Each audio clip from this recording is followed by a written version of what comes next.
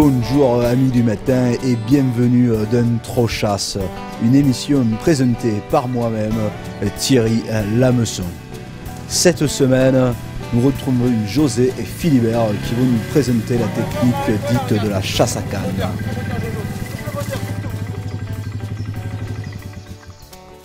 J'ai vu quelque chose par là.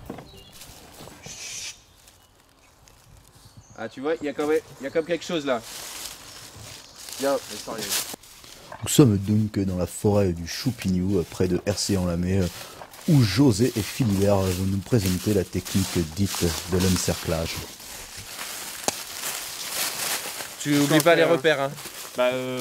On essaie de pas faire comme la dernière fois. Hein. Ok. Je me plante pas. Tu me suis? Tu me suis? Bon, on va aller par là. Voilà. On va le prendre par la gauche là.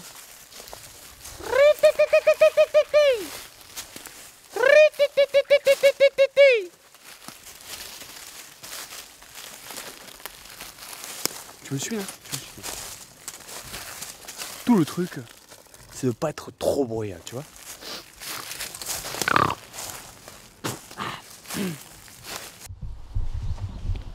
Et ce qu'il y a à savoir avec mon collègue Philibert, c'est qu'à la base il est canadien. Des fois ça se sent. Hein. Ça lui remonte dans les tripes et il se sent obligé de choper du bois quoi. Bon, faut savoir que la chasse à canne, c'est un sport qui est assez récent ici en France. Hein. À la base, ça vient des Amériques. C'est un truc qu'ils le font depuis longtemps là-bas. Hein. C'est le bon compromis entre la chasse et la pêche.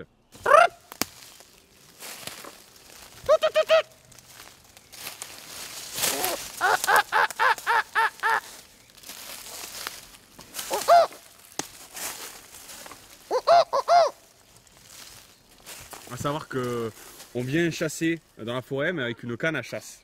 Ça se pratique avec une canne à chasse et pas une canne à pêche ordinaire. Hein. C'est sûr, c'est pas le même matériel. Ah non, moi j'aimerais bien le voir, hein, celui qui vient chasser le sanglier avec une canne à pêche traditionnelle, il est mal barré. Ah, c'est sûr que c'est pas le même sport. Hein. Bien que le matériel utilisé soit différent, la chasse à canne nécessite de la patience et un bon camp de base comme toutes les autres chasses. Ouais, on a un espace bien dégagé là, je pense qu'on va pouvoir peut-être s'installer un peu par ici. Oh, merci. C'est pas le même matériel, ça mouline un peu plus sévère, il faut être un peu costaud au niveau du matériel et tenir tout ça quoi. C'est du filin pour amener du bœuf. Et bien justement, quels sont les types de gibier que vous attrapez habituellement avec la technique dite de la chasse à canne? Ah bah non mais il y a la chasse à canne, de toute façon ça fait tous les types de proies. Hein. Ça, Tout type sûr. de gibier, hein. Si on a un trident et un bon steak, tout type de gibier. Mais trêve de discussions inutiles, la chasse à canne est un sport passionnant qui réserve bien des surprises.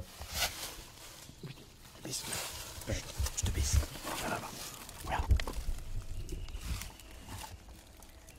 Tu le vois là? Tu le vois? Tu le vois? Ah non, je vois rien. Y a rien. Il est pas plus gros que... Hein Ouais. Un gros ballon. Vas-y, reprends ton truc.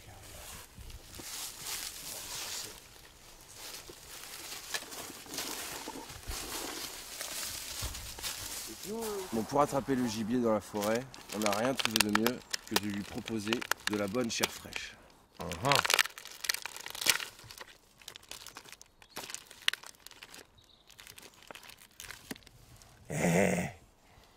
Alors, l'hameçonnage de la chair fraîche, on n'hésite pas à la prendre à pleine main. On le plante dans le premier trident, dans le deuxième trident et dans le troisième. Comme ça, on a une belle boule compacte. Pour tous ceux qui aiment la chair fraîche, c'est idéal. Voilà comment ça se passe. Un bon morceau de chair fraîche. Et la plupart du temps, quel type de gibier vous attrapez? Bon bah ça va de la belette au lièvre en passant par l'hermine. Bon des fois il y a du gros gibier aussi. On a déjà presque attrapé un cerf une fois. Non mais ça c'était avec ma voiture. Ouais, ça c'était pas loin. C'était Pas le loin pare-buff, de- ça c'était autre chose. Oui enfin bon ça reste quand même la chasse à canne. Hein. On partait pour la chasse à canne, c'est sûr. On l'a eu, on partait pour la chasse à canne. Donc on avait le matos dans le coffre. Ça compte. Mais alors pour ceux qui ne mangent pas de viande, les non-viandeux comme on les appelle par chez nous, on peut prendre par exemple des petites carottes. Pour les non-viandeux. Les non-viandeux. Eh bien justement, parlons-en des non-viandeux, comme les appellent nos deux compères. Il s'agit de tous les animaux dits herbiphages. Tous les animaux qui ne mangent pas de viande, à ne pas confondre avec les vianduleux malheureux, qui représentent uniquement tout le bestiaire des croquignoles. Ça mord pas vite, hein. C'est sûr, il faut être patient. Mais c'est ça la chasse à canne, c'est un peu la patience de la chasse. C'est pas, on court pas après le gibier, on attend qu'il vienne à nous. C'est comme ça. Mais malgré les meilleures techniques de chasse, le gibier n'est pas toujours au rendez-vous. Il faut donc penser à changer de lieu de campement. Oh José, ça sent le gibier là, hein. Parce que si on gratte un petit peu là, sous les premières feuilles, là où ça devient humide, il y a les petits asticots. Et ça, c'est la bonne nourriture pour le lièvre. Les asticots pour les lièvres. Parce qu'on croit toujours qu'ils mangent de la pelouse et de l'herbe. Mais non, ils mangent les petits asticots qui se trouvent juste dessous ici là. Il est insectivore en fait. Tu veux en goûter un? Et puis beaucoup de patience et de la communion avec la nature. Aimer ça. C'est-à-dire écouter les petits piou-piou un peu partout. Puis sentir venir le sanglier quoi. C'est un peu ça le... Tiens, j'en ai un là. J'en ai un. Ah non, c'était une branche. Bon. De toute façon, il y a deux sortes de chasseurs. Hein. Bien différents. Il y a les chasseurs amoureux qui aiment l'environnement dans lequel ils sont. Ils aiment ça. Puis après, tu as le chasseur passionné, lui qui en fait vraiment un sport national, qui va tous les week-ends, il adore ça.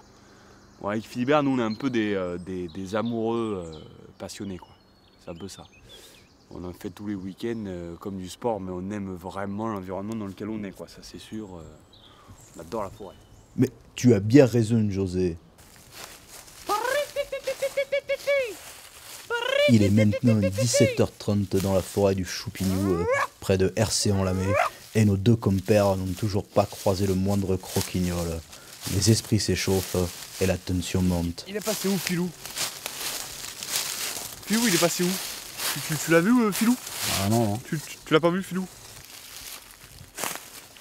Ouais, je crois que je suis un peu paumé. Je sais pas du tout où il est Philibert. Je te montrerai à quoi ça sert, ça. C'est mon petit GPS.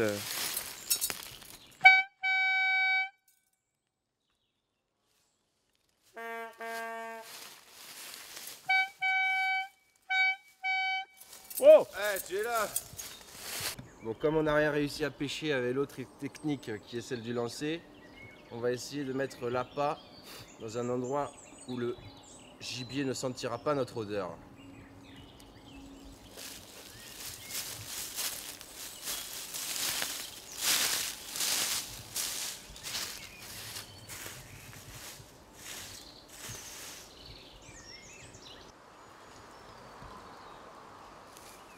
Viens voir, viens voir.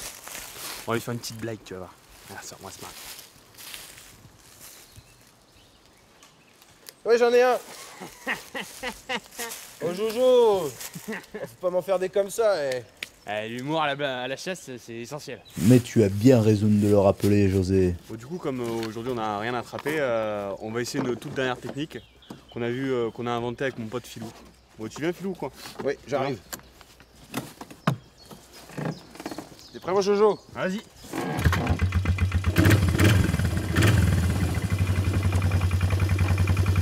Ouais, à la prochaine.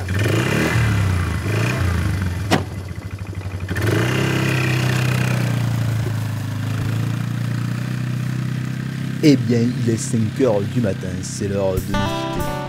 Trop chasse, c'est fini pour cette semaine. Merci de nous rester fidèles, bien qu'encore une fois, nous n'ayons pas croisé le moindre croquignol. La semaine prochaine, nos deux compères nous parleront de la chasse à pêche, ou plus communément appelée la pêche à la chevrotine. C'était Thierry Lameçon pour Trop Chasse, une émission proposée par MF1. Daddy's on the front porch with Mama by his side. His world's a happy place, but when the morning breaks, his daddy's gone again, like the wind. Distant roads are calling, Mom says it's in his blood. 18 wheels a humming will always be his love. Little man doesn't understand when the morning breaks why Daddy's gone.